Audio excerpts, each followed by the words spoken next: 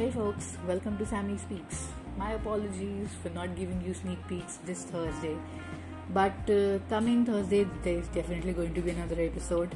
But I thought, why miss out on this entire week? So I was not well on Thursday, and that is the reason why I couldn't, actually go ahead with an episode. But now I'm feeling a lot better, so I thought Saturday could be the day when we could, talk about something interesting.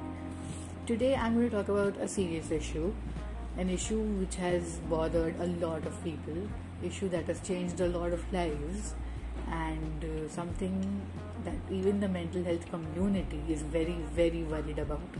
That issue is suicide. So let's begin, shall we?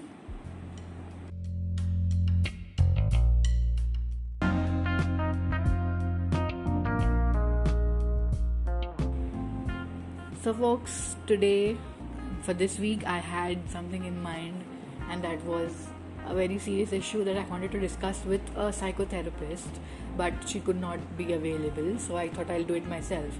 Now, I can't guarantee that I will be able to do justice to the topic because the topic is so huge, something that is so serious, an issue that has to be raised everywhere in our country, outside our country, in the entire world population, and that issue is suicide. So, India's rank in the list of people who commit suicide every year is very high, and the highest rank amongst Indians is that of adolescence. So I understand adolescence is an age where you're confused, your emotions, you don't understand your emotions, you don't understand your goals. There is pressure from your parents, there is pressure from your peers, and you don't understand what you're supposed to do, what your path in life is, where are you supposed to go, and all of this can cause a lot of confusion, a lot of mental health issues, and then which can further lead you into sinking into depression and starting to loathe yourself. And once you start loathing yourself, suicidal tendencies, suicidal ideations are not far away. So before I begin, let's just talk about suicide in general. Now, what is exactly is suicide? Suicide is when a person intentionally harms himself with a death wish. Okay, so if you are harming yourself with the objective of dying, you are committing suicide. A suicide victim might live, he might die, but he has committed suicide if he has, hurt himself or harmed himself with the intention of dying. So I decided I'd look up a few questions in Google, on my Insta page and everywhere, where I've asked people a few questions and they wanted to know more about, how do you recognize that a person is suicidal? How do we help? How do we help people who are suicidal? The biggest irony is you cannot really gauge whether a person has suicidal ideation or tendencies. At times there'll be no sign, but then most of the times there are signs, and I want to give you all those warning signs. So let's begin with the warning signs of somebody who's likely to commit suicide. So there is excessive sadness or moodiness. Depression is what comes first, always in the case of suicide. When a person loses hope, a person's mood starts, going into unipolar depression, and a person's mood becomes extremely sad or probably extremely moody, but on the right spectrum. So by the red spectrum, I mean on the blue spectrum, I put some positive emotions, on the negative emotions on the red spectrum. So anger, aggressiveness, sudden frustration, outbursts, or even outbursts of crying, and then sadness, and then being too depressed. All of this are on the red line of the red side of the line. So these are some emotions that if you can look at them and notice these, then it's very, very necessary that you go ahead and talk to them. Just don't go ahead and tell them, I think you're suicidal and we should talk. No, that's not how you do it. You just go to them, ask them if there's anything they would like to talk to you about. Take, keep checking on them. Show interest. Show that you're interested in knowing what they are doing, whatever is happening to them. Show them that you understand that they are in a situation wherein they are in a lot of confusion. So yes, like I said, hopelessness. Next is hopelessness. Now, hopelessness comes along with the fact that when there is something the person is trying to do, he fails at it, so he loses hope that he's going to be able to continue. Now, hopelessness comes a lot. It's kind of quite secondary in nature, because hopelessness usually comes when your parents tell you it expect something from you and you're not able to fulfill it. Your peers expect something from you and you're not able to fulfill it. You expect something from yourself and you're not able to fulfill it. That is when you lose hope, when you feel that there's nothing that you can do. Well, so that is hopelessness. Then there has to be irregular sleep patterns. Now, for almost every mental health disorder, sleep patterns become irregular. So it is a common sign. So the person mostly the person will be sleeping throughout the day, or even throughout the night for that matter. So extra sleep, hypersomnia, or probably the person might not be able to sleep at all. So insomnia. So either of these. So the sleep pattern becomes extreme. It goes either to the extreme to become hypersomnia, where the person sleeps a lot, or it might go to the other extreme, insomnia, where the person is unable to sleep at all. Withdrawal. Okay, so if a person is thinking of committing suicide, he will withdraw himself from other people. So withdraw from social gatherings, withdraw himself from his family. Now, withdrawal is not necessarily only physical in nature. This time, withdrawal can also be emotional in nature. So people he used to connect to, friends he used to connect to, hang out with, talk to, maybe family members, siblings, or parents, or whoever like the person used to talk to or feel close to, and to share things. All of that stops, and the person withdraws, and it tries to bottle up all his emotions inside himself. That is also one stage. Then it starts, yeah. So there appear changes in the personality. Like I said, if it's withdrawal, then there will be changes in the personality. In appearance, also there's a slight change, because to be honest, when a person is very depressed, when a person has lost the will to live, he will lose the will to do any basic thing that is required for himself, like even grooming. So taking a shower might be very difficult for him. Getting up to change might be very difficult for him. So a kind of a personality change is observed in the person. So negative emotions, I won't say negative emotions, but emotions that might lead to negative behavior, like anger, sadness, and aggressiveness, might be visible. Also, the person might suddenly turn very rebellious. Maybe he might engage in some sort of self-inflicting behavior. Before the actual act of suicide, the person might turn to self-harm. So it's a might. It's very rare. Usually when the person decides that he wants to die and he's very sure about it, he'll do it anyway. But there are people who are scared. It's not easy to choose to end your life. It's scary. It is scary. So some people try to give, try to self-harm, so that they give themselves some pain that will make them feel alive, and probably give them the guts to go ahead and then commit suicide completely. Now, also making preparations. Now, this is something that is weird. In most of the suicide cases, we know what the trigger could have been, but we don't really understand how and when were the preparations made. Now, this is something that happens secretly by the victim. He makes sure he's made everything is set according to plan. Okay, so who needs to be there, who needs to not be there, how and when he's going to do it. This is all a part of a foolproof plan. Okay, so also one last thing which is not very common but it might happen, that is the person will start talking about giving up his life.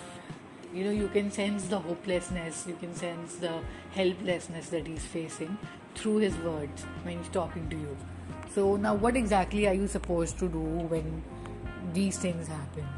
When you see these warning signs around you, you need to be very aware that something is happening around you. That is why, however, we millennials are living in our own sweet world where we have our social media, we have a group of clique, we have our own clique, we have social media, and yeah, that's all life is about. No, pay attention. It could be that one person sitting on the last bench in a dilapidated chair. It could be one person who's laughing along with his friends while having a drink. It could be one girl who skips meals at, in the canteen just because everybody body shames her. So it could be anybody. That is why it is very, very necessary to be aware. Open your eyes and be aware. If you see these signs of people, who are likely to commit suicide, you have to intervene. Now, how will you, as a normal person, intervene? You can't just go up to somebody and say, "Hey, I think you look suicidal. I think you are having suicidal ideation." No, that's not how you go about it. You approach that person, ask them if everything is okay, try to involve them in your group, try to get closer to them. Don't do it in a creepy way, please. Just try to get to know them. Just give them the free space where you're not judging them, and let them talk. And ask them, speak to them, ask them to speak up, ask them to open up their emotions. Just give them that time, that safe environment that you're not judging them, and give them confidentiality that you're not going to, break this news to anybody else. So that they can speak freely. Also, you can suggest that they visit a therapist, they take professional help, because at that stage it becomes very important to take professional help. Now, in India, we have a lot of teenagers, we have a lot of adolescents committing suicide. Now, the pattern of Indians it's very typical. It happened in my household, it must be happening in your household as well. So, children grow up conservative, a little conservative. Once they go out into the world, everything is different. It's like the world is colorful, and then they try new things, and then some of them are they try new things, they try new friends, and then there's peer pressure, there's competition, there's pressure from teachers, from parents to do well, and then there are some things that the child he himself wants. So, there are a lot of things that are happening in the adolescent age, and that can put a lot of pressure on a person. And if he fails at, at some expectations, he or she might start loathing himself, and that self-loathing can lead to depression, which can in turn lead to the feeling of hopelessness and the feeling that there's no need to live anymore. Okay, so this was the basics about suicide that I wanted to give. So for prevention, we need to be aware, look at the warning signs around us, and we should also give ourselves a checklist. So every morning after you wake up, just make a checklist. How am I feeling today? What am I doing today? How is it going to affect me mentally? How is it going to affect me physically? You could just make a small chart. Okay, so you can keep track of your emotions so that you know if your emotions are going on a downward spiral. Okay, so the reason why I chose to talk about suicide is because I wrote my first book, which was a suicide story. So my intention of writing the book, The Aftermath, a Suicide Story, was to show what happens after the person has committed suicide. So okay, there's this person, he's frustrated, he's stressed. Okay, he thinks his life is the worst life anybody could ever live, and yes, he commits suicide. What next? It is the end of his story. But is it actually the end? I don't think so. Suicide is the end of the story only for the victim. Instead, it is a start of unpleasant stories of people around the victim. Every single person is filled with grief, sadness. That is normal when it happens, in case of death. Grief and sadness is normal. But there are other feelings as well. There's guilt. There's guilt that they could not help the person. There is the self-blame that happens. Then there is behavior changes, and there are mental health problems that arise in people who were around the victim. So you see, committing suicide is not just ending yourself. You end yourself and you start the downward spiral of the people who lived around you. So that is why the aftermath is the story of a guy named Sam who commits suicide. And his best friend Anna, when he finds out, she decides that she will find out. She does not believe that he has committed suicide, and she's hell-bent on trying to find out who is responsible for Sam's murder. Murder because she thinks it's murder. The cops question everybody, the family. So they find out that the family was very dysfunctional. So, and then we have Anna's family, which was supposed to be a very well-functional family. So in the end, the point of view of both the families. So how does a functional family handle a person who is depressed and distressed and who has suicidal tendencies, and how does a dysfunctional family lead to a person suffering from mental trauma that might lead him or her to commit suicide. So I've tried to show both these types of families. I've tried to show what the victims close ones feel after the victim is gone. So how everybody's ready to take the blame, how everybody's life changes, how everybody's behaviors change, and a lot of things that happen. So yes, that is my first book, and I would request you all to go ahead. It is available on Amazon. Go ahead and read it. It will give you a lot of insight into what happens after the suicide happens. Because in newspapers you will get stories, okay, this person committed suicide, but what happened to the victim's parents? What happened to the victim's spouse, partner, friends? What is happening to them? How has their life changed? That it's very unpleasant. So yes, I've tried to portray that in my book. So I would request you all to go ahead and read it, because on Google you will find everything: how to take precautions, how to create suicide awareness, how to create mental health awareness. But I hardly think that Google ever shows you what the victims' close ones go through once they know that the person has committed suicide. So that is one point of view, a different point of view that came up to me, and that is the reason why I went ahead and wrote on such a serious issue. So yes, that was about my book, and that was the basics about what the entire situation with suicide is in India. So I hope you'll really take my advice and read that book. It's hardly for $50, and really, if it can help you, it will help you empathize, then it's very good. And I hope people who read it and people who are reading it and they might have at some point had suicidal thoughts, I hope it just makes them feel that no, this is wrong, I should not be doing this, because this will happen to my close ones if I do it.